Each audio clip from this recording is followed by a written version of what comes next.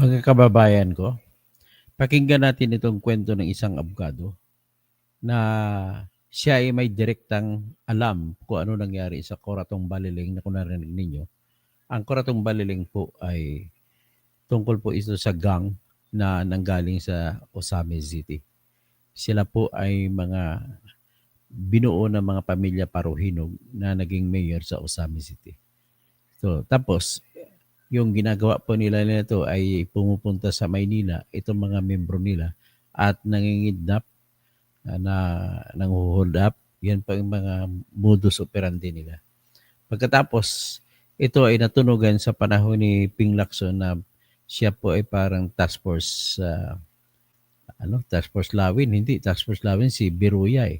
Basta PAOK TF siya sa ilalim ni Vice President Joseph Erap Estrada.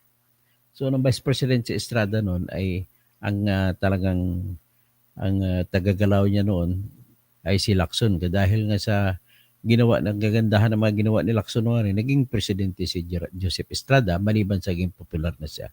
Pero ito po ang totoong pangyayari. Ano ba talaga yan, Coratong Baliling? Ang nagkikwento rito po ay isang abogado na may personal na alam sa kaso. Kumbaga, ang nangyari, shortcutting ko na lang ha. So, pagkatapos niyang ang Coratong Baliling po ay mga hold-up men at saka mga kidnapper na nahuli isa-isa, ang iba sa Parañaque nahuli, at 11 sila ay kinarga sila sa isang armored van. Tapos, binyahe sila pagdating sa Commonwealth Avenue sa Quezon City. Pagbaba sa Commonwealth Avenue, niretratan sila ng baril. Pagkatapos, pinalabas na nakipagbarilan, shoot out, kumbaga ko sa English. Pero paano makipagbarilan? Meron bang nakipagbarilan na ang mga kalaban mo nasa loob ng sasakyan ng van? Hindi po yan. Hindi dapat lalabas kalat-kalat. Ang mga kasapi po ng Coratong Baliling na nakipagbarilan ay kuno, pero natagpuan ayon sa may dalawang pulis po, si Corazon de Jesus at saka si Corazon de la Cruz at saka si Eduardo de los Reyes. Sarinto, lumabas sila at nagkwento na hindi totoo yung shootout, kundi ang katotoo doon ay nakapusas po yung mga kasapi ng Coratong Baliling at pinatay at may dala-dala silang pera. At pinatay sila doon sa loob ng van. Okay? So, yan pong totoong kwento. At kinasuhan dyan sila ni Ping Lacson at saka iba pa at tumakbo itong kaso. So, maneuvering sa mga magagaling na abogado ng paikot na paikot at saka kasabay ng bigay ng pera doon sa mga testigo at saka bandang huli ay hindi nagpakita yung dalawang na sa Witness Protection Program na testigo na si Corazon de la Cruz at saka si Rinaldo si Rinaldo de los Reyes. Sige, pakinggan, baling magkamali ako sa pangalan, pero pakinggan na lang natin ang kwento ni Attorney Operario. Noong panahon na yan po, ako po ay editor ng People's Tonight at ang ako'y laging istorya namin sa aming People's Tonight yan. Pagkatapos, nag-ending ito sa nabili ang testigo at nagpa-Amerika na. Wala ng testigo kaya nanalo na si Ping Lacson dito. At dahil dito, naging itong pinakahuling kaso niya na hindi ma-appoint si Ping Lacson ni Joseph Estrada na bilang PNP Chief of Staff at PNP Chief dahil po sa kasong ito. Pakinggan natin ang kwento ni Attorney Operario. Mataas po ang uri nito, totoong kwento to kasi po ang abogado na kwento at personal na alam pa niya ang pangyayari na kanyang ikikwento. So, umpisahan natin. Alam niyo ba, ni minsan hindi ko pa ibinoto si Ping Lacson. Anong dahilan? 2 words. Coratong Baliling. Ito po muli si Attorney Mike Operario at pag-usapan natin ito.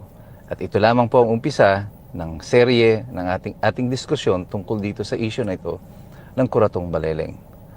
Noon pong May 18, 1995, bumulaga po sa Pilipinas ang isang balita na nagkaroon di umano ng shootout sa flyover, pagbaba ng flyover dito sa Commonwealth Avenue at 11 tao ang namatay. At ayon sa kapulisan, ito ay mga miyembro ng Coratong Baliling. Ako po ay bagong abogado pa lamang noon at kapipirma ko pa lamang sa Roll of Attorneys noong May 3, 1995. At pagkatapos ng 2 linggo, eto na, kuratong baliling na. At ako'y bahagi na ng tanggapan ni Senator Rocco bilang isa sa kanyang mga abogado. Noon pong May 21, bigla pong sumulpot itong si SP2 de los Reyes sa aming tanggapan. Pagkatapos po ng araw ng shootout, meron pong isang lumabas noon na artikulo sa dyaryo na pinasisinungalingan na ang shootout at sinasabi na ang mga pinatay sa loob ng van ay mga nakaposas. At nagkaroon lamang po ng linaw itong storya na to nang lumabas na po si SP2 de los Reyes noong May 21, 2025. At nung sumunod na mga 1 linggo, 5 araw lang, May 26, sumulpot pa uli ang isa pang testigo na si Corazon de la Cruz na pinatotohanan niya ang lahat ng kwento ni SP2 de los Reyes. Ang pagpunta po ni SP2 de los Reyes sa aming tanggapan ay dahil sa kanyang takot na baka siya ang maging fall guy dito sa usapin na ito. Bakit niya sinabi yun? Ayon kay SP2 de los Reyes, nung pagkatapos daw ng operasyon, ay ipinare-record sa kanya ang halagang 200,000 piso bilang mga ebidensya ng perang nakalap o na-recover mula sa Kuratong Baleleng.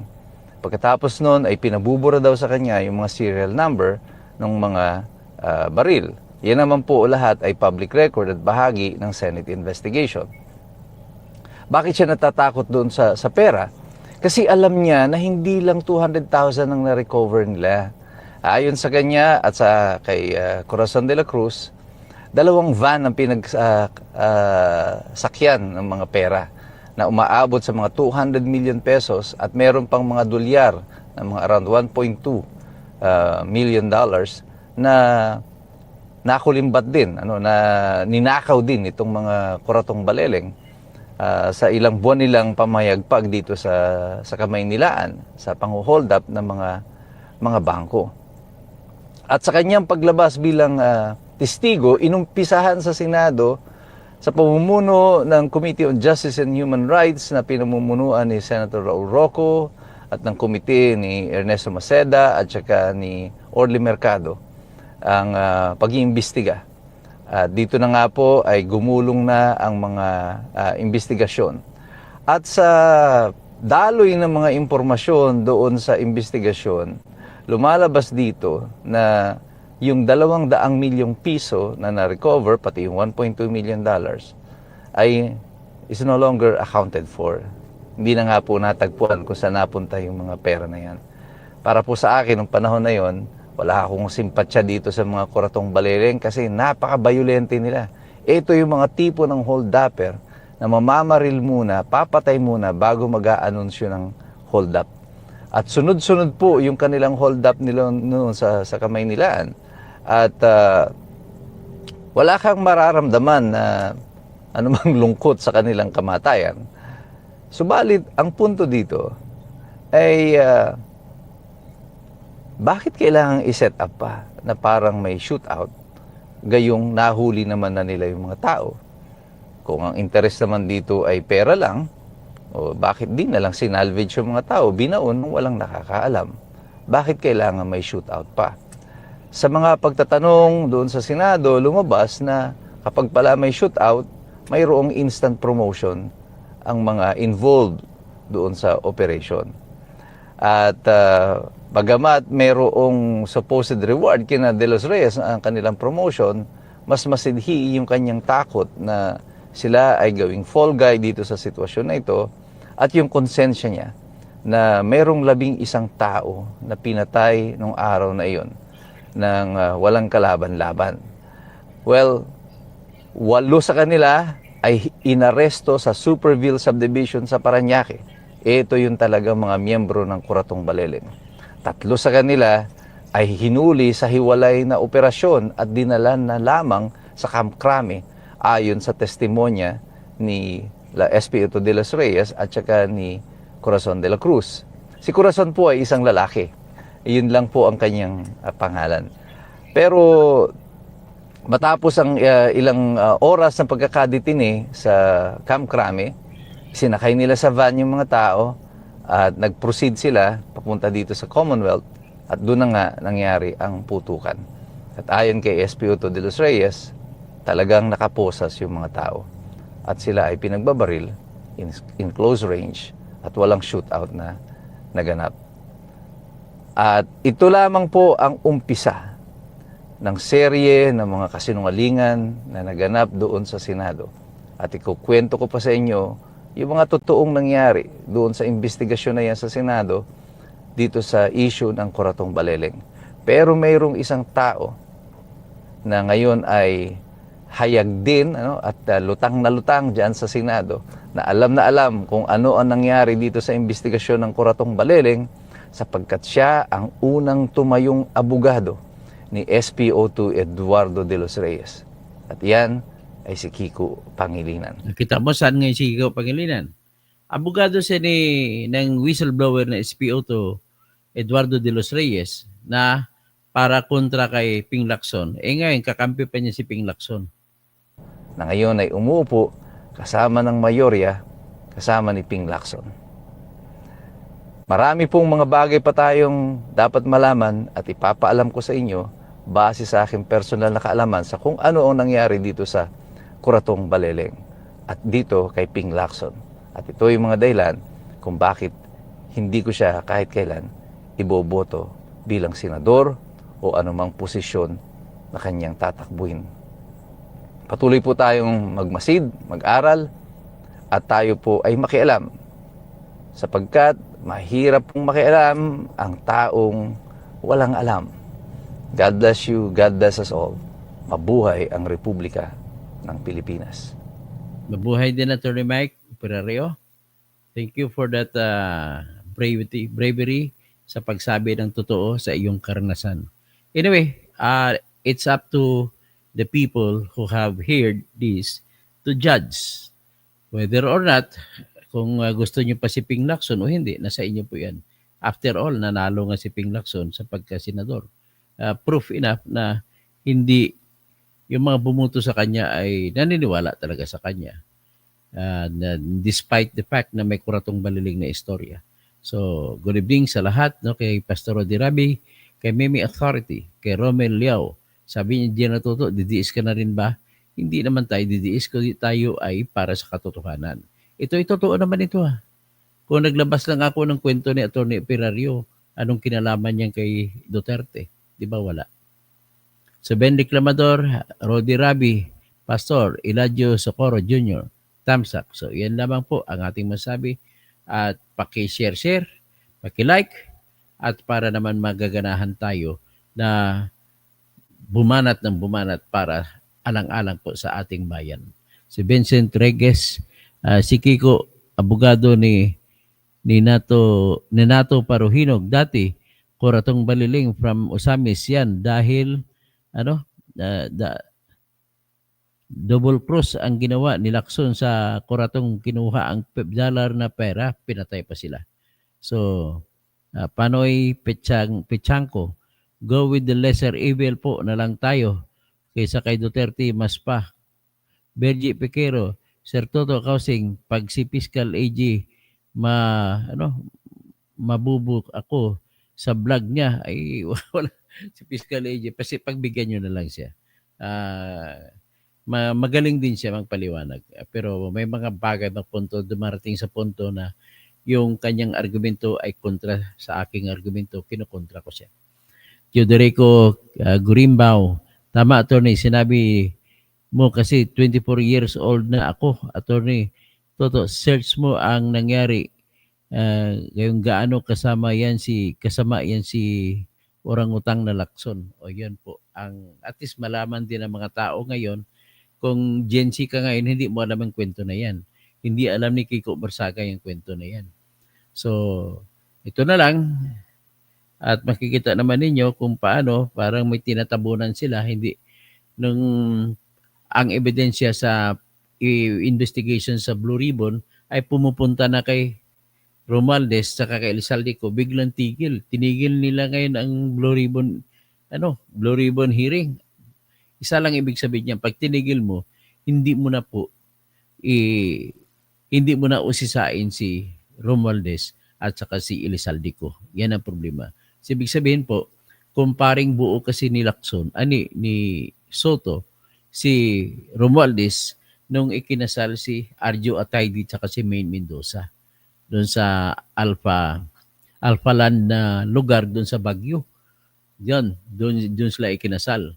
So kung ganon, ay talagang poprotektahan ni Tito Soto si Arjo Atayde at saka of course, si kumpare Tambaloslos. Ganun po ang nangyari dyan. So Renato Maikes, si Corrupt Comelec Chairman George Garcia ang nagpapanalo kay Ping Lacson. Di siya ibinoto ng bayan. Sige, ipagbigyan na lang natin. Pero sa sunod ay let us go straight at kailangan talaga maniguro tayo sa ating boto na hindi tayo nagpapabili. Anyway, ganun lamang po at maraming salamat po at nanonood kayo. Paki-share, paki-like at yung mga sana marami pa mag-join sa ating mga subscribers para pag dumating na po 10 million na subscribers ko, pwede na nating agawin ang kapangyarihan. Ito ng revolusyon na pinakamaganda. Revolusyon na isubscribe nyo si Dr. Tirador para naman pag marami na tayo na mismo ang aagaw ng rinda ng pamahalaan at may bibigay natin ang pinakamagandang kinabukasan sa ating mga anak. Papalitan ko po ang sistema ng katarungan na kung saan ang mga judge ay mga tao mismo maghuhusga sa ombudsman, sa fiscal's office at saka sa mga korte. So El Cid Pablo, attorney, hindi na pwedeng impeach si Tambaloslos. Hindi pwedeng impeach si Tambaloslos kasi speaker sa ilalim ng konstitusyon na hindi siya pwedeng impeach. Ferdinand San Juan, attorney, para sa akin, move on na po ako diyan sa issue na kuratong. Ang importante po ay yung garapalang paglustay ng pera ng bayan.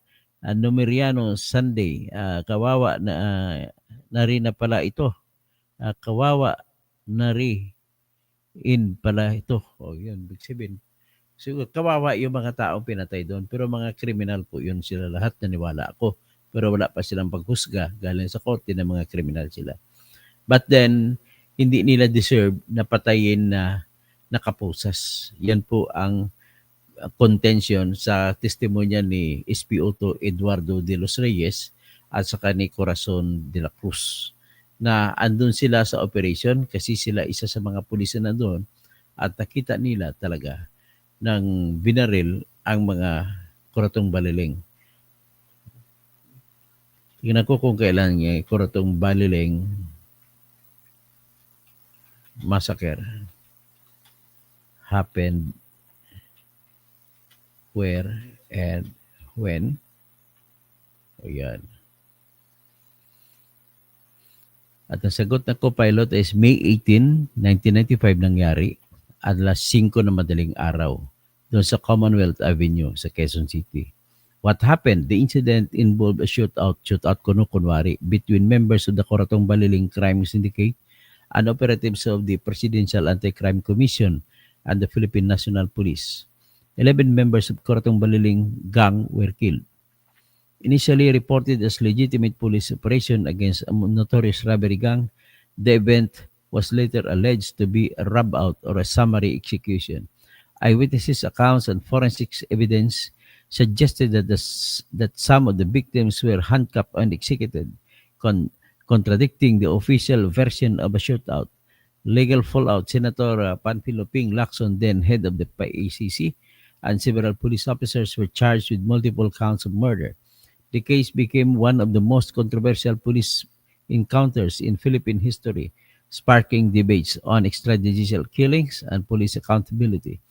Tapos, ibig sabihin, kung gano'n totoo, kasi totoo naman yun, mas matindi pa na crime against humanity ang nangyari. So, deserve ni Lacson na pwede siyang sampahan ng crime against humanity sa ngayon. Kaya lang, ang problema lang ay mayroong double jeopardy na, nakasuhan na siya. Pero sa batas po ng hindi kinikilala ang double jeopardy sa international crime or na tinatawag na crime against humanity kung sa Rome Statute.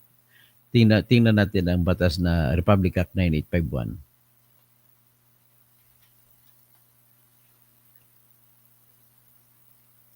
Ito po yung batas na crimes. So 9851, genocide. Titingnan natin ang kanyang prescription of crimes.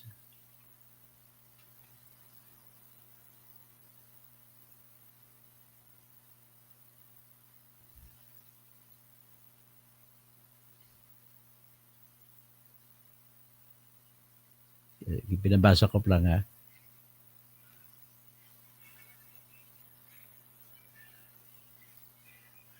Genocide, other crimes against humanity, penalties, individual crimes and responsibilities, irrelevance of official capacity. So kahit presidente pala, walang immunity.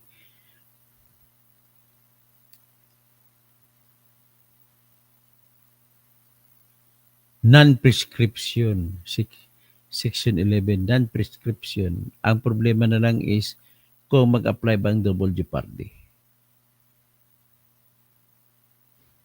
Sa bagay, pwede pa siya mag-apply, pwede pa siyang kasuhan kasi hindi po nabasahan ng impormasyon si Bing Lacson.